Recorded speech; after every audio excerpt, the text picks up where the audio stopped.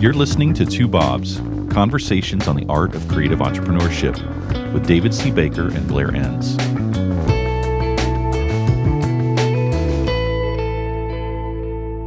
Today, David, we're going to talk about project managers. Oh, I hear clapping in the background. From a very small group of people. All four of them. When you worked in the business, I'm guessing it was the same as when I started in the business, which was there were no project managers. There were account managers. There was a production manager or two. Depending on the agency, there might have been a broadcast producer. Mm-hmm. And project managers didn't really become part of our world en masse until everything got technical. Is that right? Yeah. They called them traffic. And that was just a very small part of what a real project manager does nowadays. You're still doing some traffic, but it's a real mistake to think that traffic is project management. It's just a very small part of it. Yeah, so there was traffic managers, production managers. That's who I grew up with. I remember my first agency job.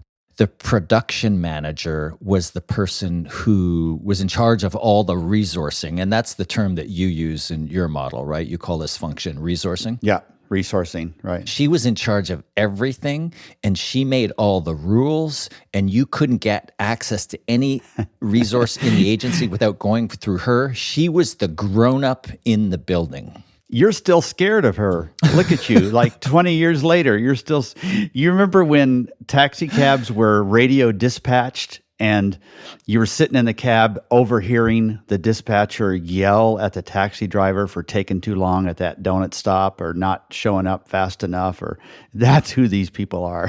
Yeah, that's actually a good parallel because we didn't use the term trafficking, but it was like a trafficking manager. I remember her saying her name was Heather Coleman. Heather, if you're still around, hi. Her saying to me, rolling her eyes at something I had done or written. And she said, okay, come see me. We're going to make some more rules. Yeah, that's exactly right. You know, we did a whole episode about account managers. And I just thought, you know what? That is exactly the problem.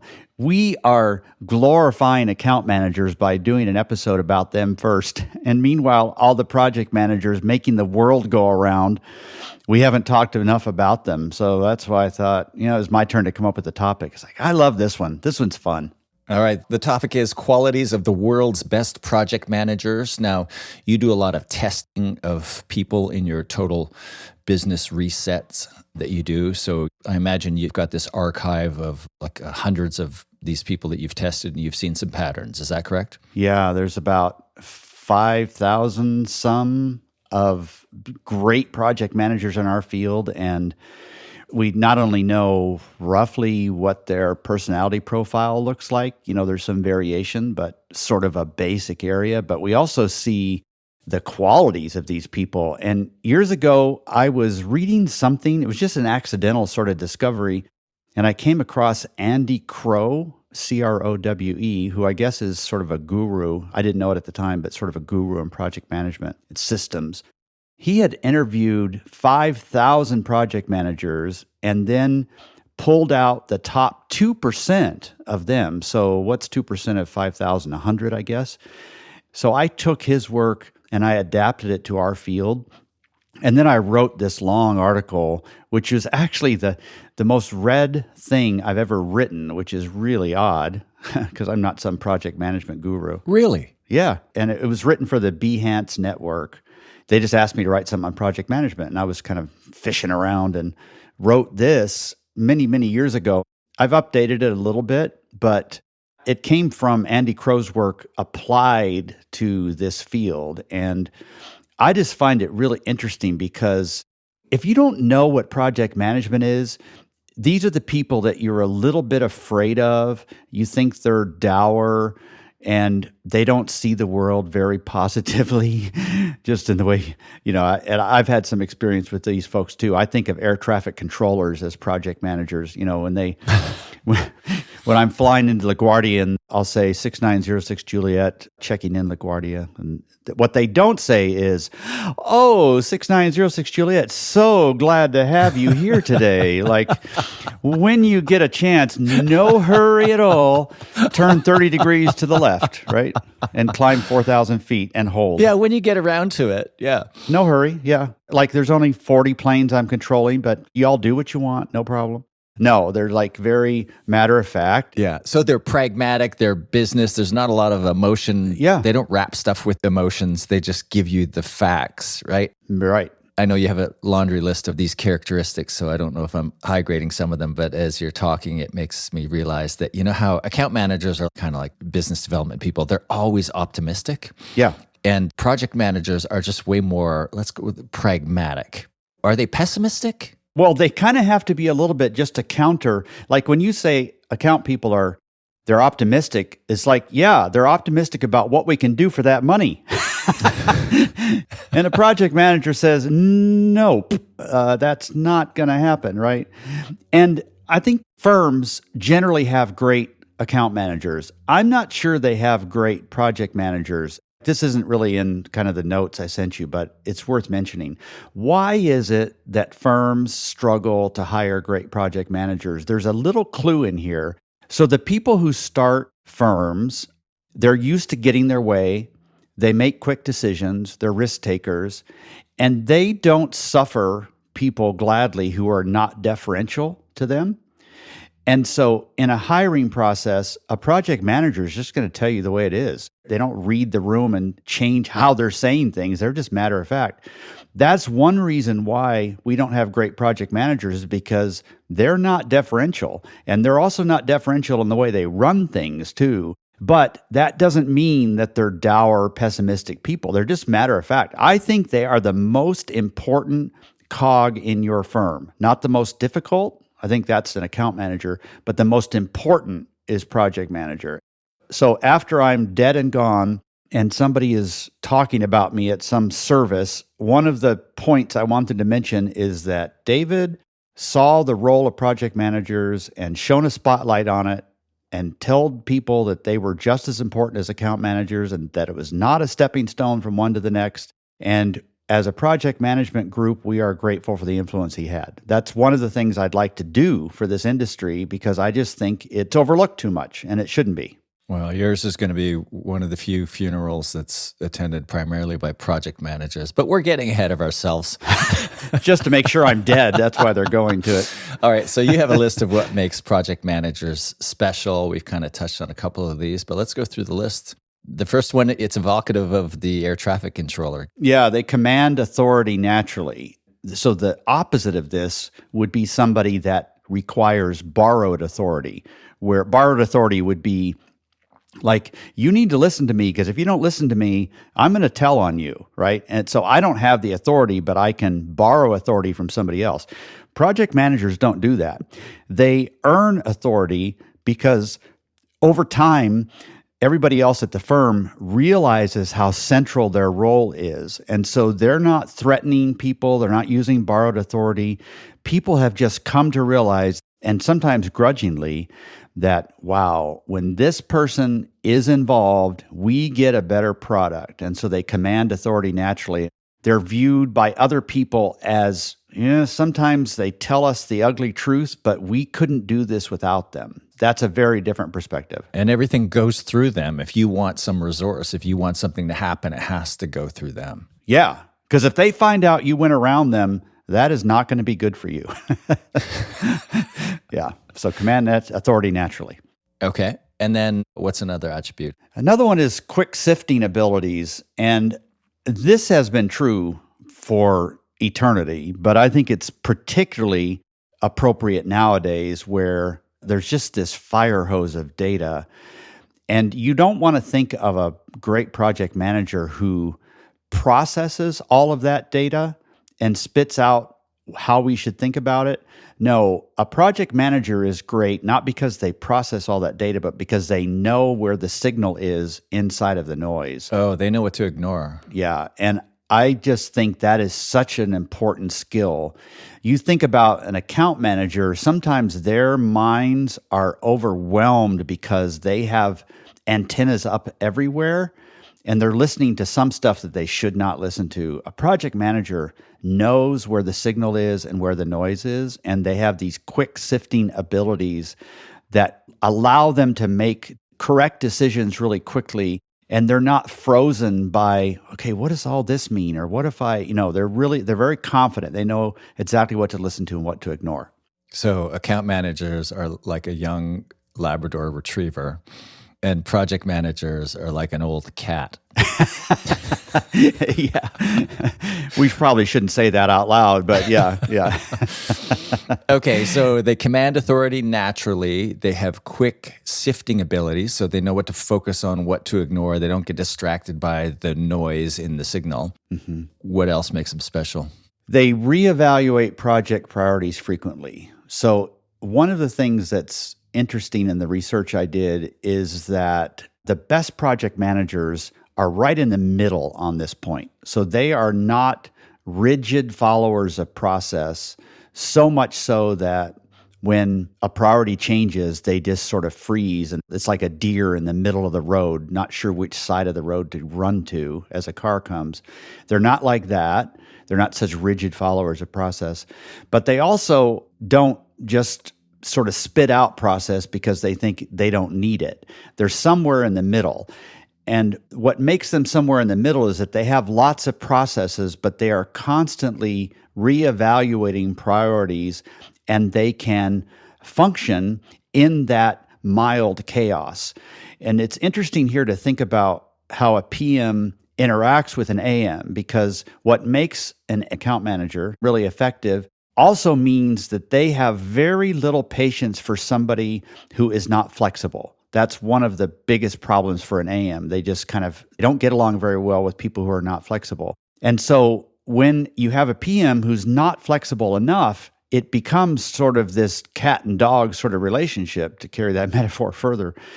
And the best PMs know how to be flexible enough so that the AM can look like they're pulling strings for the client, but not so flexible that they stop protecting the two things that they must protect within an agency. And that is, they protect the profitability of the agency, and they protect the work-life balance of the creatives, the doers, the software engineers, whatever you're doing. So they're flexible, but not at the expense of those two things. So they reevaluate project priorities frequently. That's the third one. That's an interesting observation, because I tend to think of people in the extremes on this point. There's the great Winston Churchill, I think, quote that plans are useless, but planning is priceless, or planning is essential. And that kind of speaks to what you're talking about here, I think. Okay, we make plans, but we're not so rigid that we can't recognize that from time to time the plans need to change or need to go out the window entirely. Mm-hmm. That middle ground of seeing the importance of planning, of sticking to it when we can, but also recognizing that we do have to pivot from time to time, seems to be invaluable. And it's interesting. I like the way that you frame it. It really is a middle ground on that dimension, isn't it? It is, yeah. The fourth one is that they listen to stakeholders, and the key word there is really listen. So they're not just, their mind being occupied and they're pretending to listen. No, when you go to talk to a project manager, you have their full attention and they care about solving your needs. And again, they're going to balance all the other people that are making those demands on them as well. But they really listen to stakeholders, because when you have a poorly run PM hub, people feel like they're just sort of stuck in their ways. They're overweighted to one side, Yeah. Either the rigidity of the process or deferring to the account manager's request on behalf of the client, et cetera. Sorry to interrupt you, but I'm really seeing it this way for perhaps the first time. It really is this balancing job of the resources on one side, and let's not forget that those resources are people who have lives and want to go home at the end of the day. Yeah. And then results on the other side, results for our clients who are also people. Yeah, exactly right. So they listen to stakeholders, they're good communicators, they don't just go through the motions. You have a point around self-awareness too.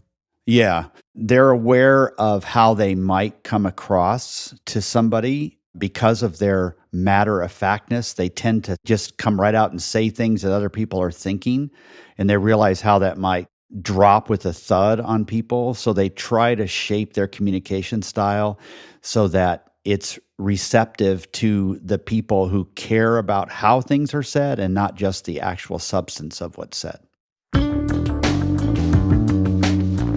You're listening to Two Bobs, conversations on the art of creative entrepreneurship. Your hosts are David C. Baker, author, speaker, and advisor to owners of expert firms, and Blair Enns of Win Without Pitching, the sales training and coaching program for creative entrepreneurs. For more information, go to twobobs.com. If you find this podcast helpful, please help us by telling a friend and rating us in your favorite podcast app. Now back to David and Blair. All right, we're talking about what makes the best project manager special. So far, you've listed the command authority naturally.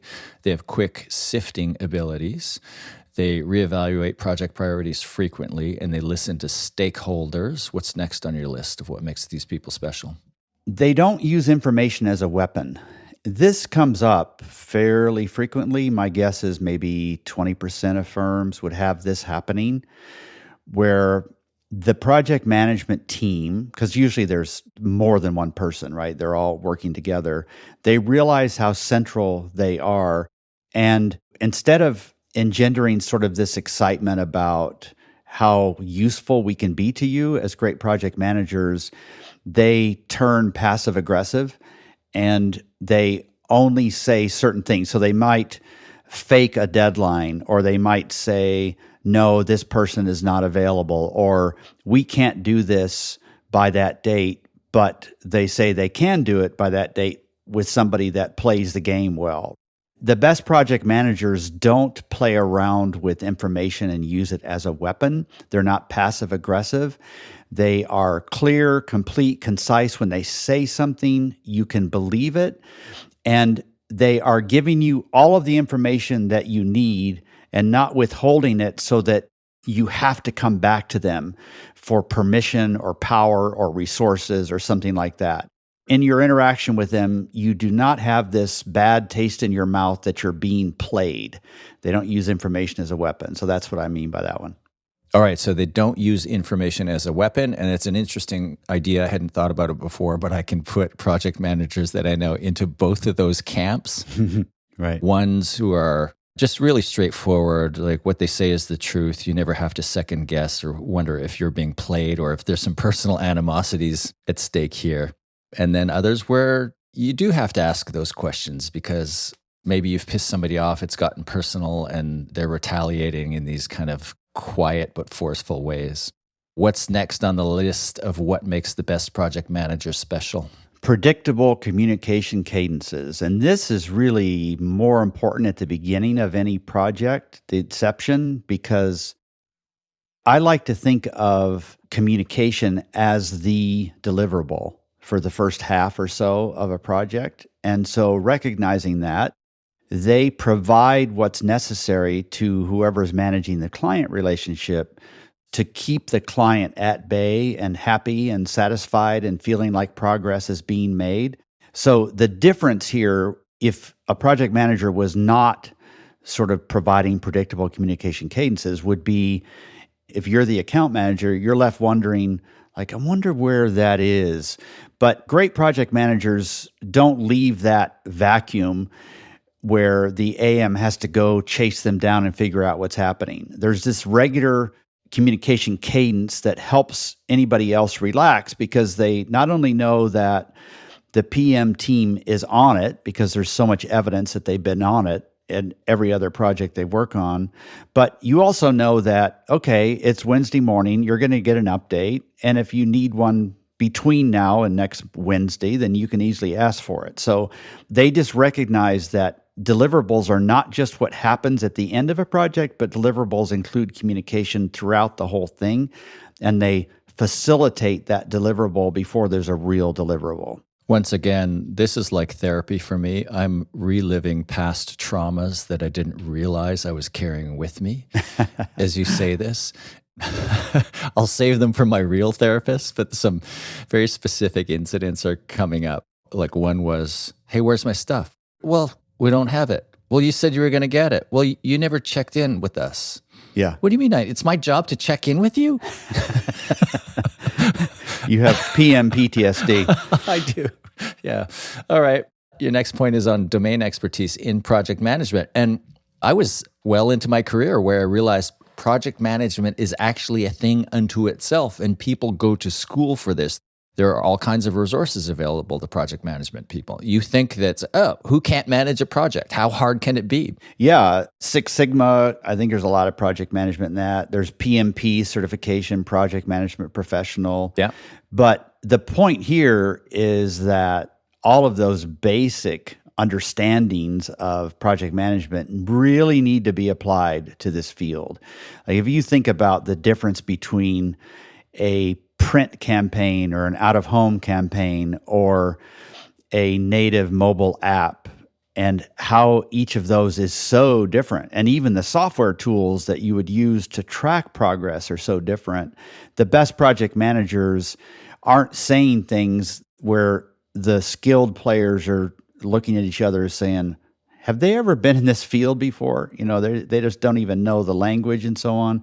No, the best project managers not only are great at project management, but they're great at project management in this space. So that's what I mean by domain expertise. Gotcha. But I suspect you could take a good project manager from another space, drop them in, and it's a matter of time once they amass that domain expertise that they become just as effective. Yeah, they're going to get to speed faster because they have that natural ability, but they still need to get up to speed. Yeah, so domain expertise is still important.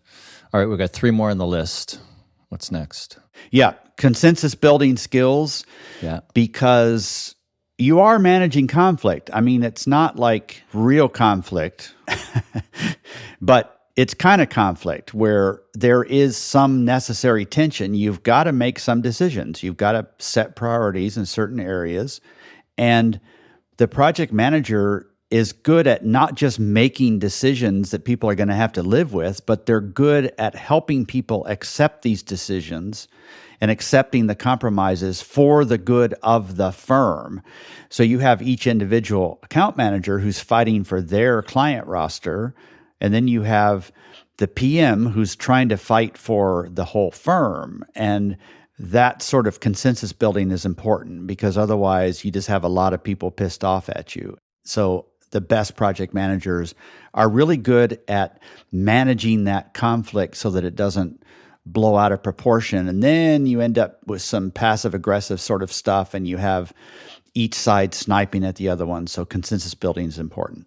They're a facilitator of trade-offs, and the more you describe the characteristics of the successful project manager, the more the word balance comes to mind. Lots of different parties, lots of competing resources, lots of different goals, etc. They're the person who has to balance it all out. And again, I'm thinking of, my way or the highway PMs that I've worked with previously, and then others who are really good at facilitating the consensus and getting everybody to understand that there's trade-offs and finding something that works for everybody and maybe perfect for nobody. Right.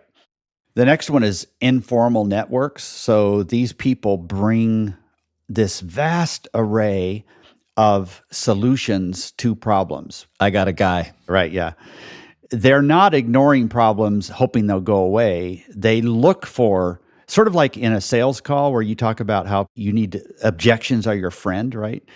To these people, possible problems are their friends. They like to see those and solve them before they get out of hand.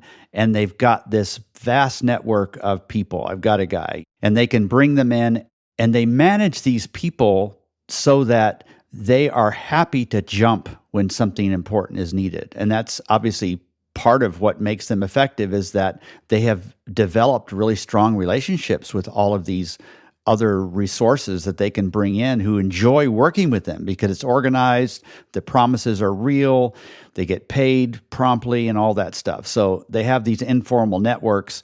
Now, this is also, it can be overused. people with the right personality profile for project management tend to overuse some of the same methods they've had, but the best project managers are constantly expanding their informal networks, and they take them with them from job to job. And this is sort of like a new coach. Part of the interview process is, okay, who are your assistant coaches going to be? And that's part of what you would ask somebody when you're considering a new project manager. Tell me about your informal network. My thinking on this position is changing as you walk through this list, and I realize I'm previously guilty of thinking of the project manager as more linear and process-oriented than, say, an account manager or certainly a salesperson. And while I suspect that's still true, I think I've been erring way too far out on that spectrum. Like my assumption is, if you're a good engineer, you're probably a good project manager, or you have good project management skills. But what I'm hearing you say, and correct me if I'm wrong, some of those people can be too linear and process-oriented and aren't adaptable enough when situations change as they always do. Is that a fair characterization, you think? It is, yeah. As you were saying that, I was thinking about a wedding planner who has thought of every little detail, but knows that 3 or 4 things are going to fall off the wagon on the day, and he or she will be fully prepared to respond to it then. So they have this really interesting mix of planning everything, but being very flexible as well. So it's linear at the beginning, and then it's sort of healthily sloppy later on as real life intrudes on the process. Yeah. Right. So you start with a really solid plan, and then you recognize that you're going to have to adapt and pivot, and change is coming, and you're okay with it. Yeah, exactly. Yeah. All right. Last point. Last one is just that project management is not something that people have settled into because they couldn't find another job. No, this is an exciting challenge. They love coming to work. They love making people look good. They love the satisfaction of planning and satisfied clients and profitable work at the firm. It's a sort of like, we've talked off and on about how principals need to view managing the firm as their big creative challenge instead of always solving client creative challenges. They need to think of running their firm as a creative challenge. And that's how project managers think about this too. We tend to call creatives like designers and writers and so on. Really, these people are just as creative. It's just applied differently. It's an exciting challenge. That's how they think of it.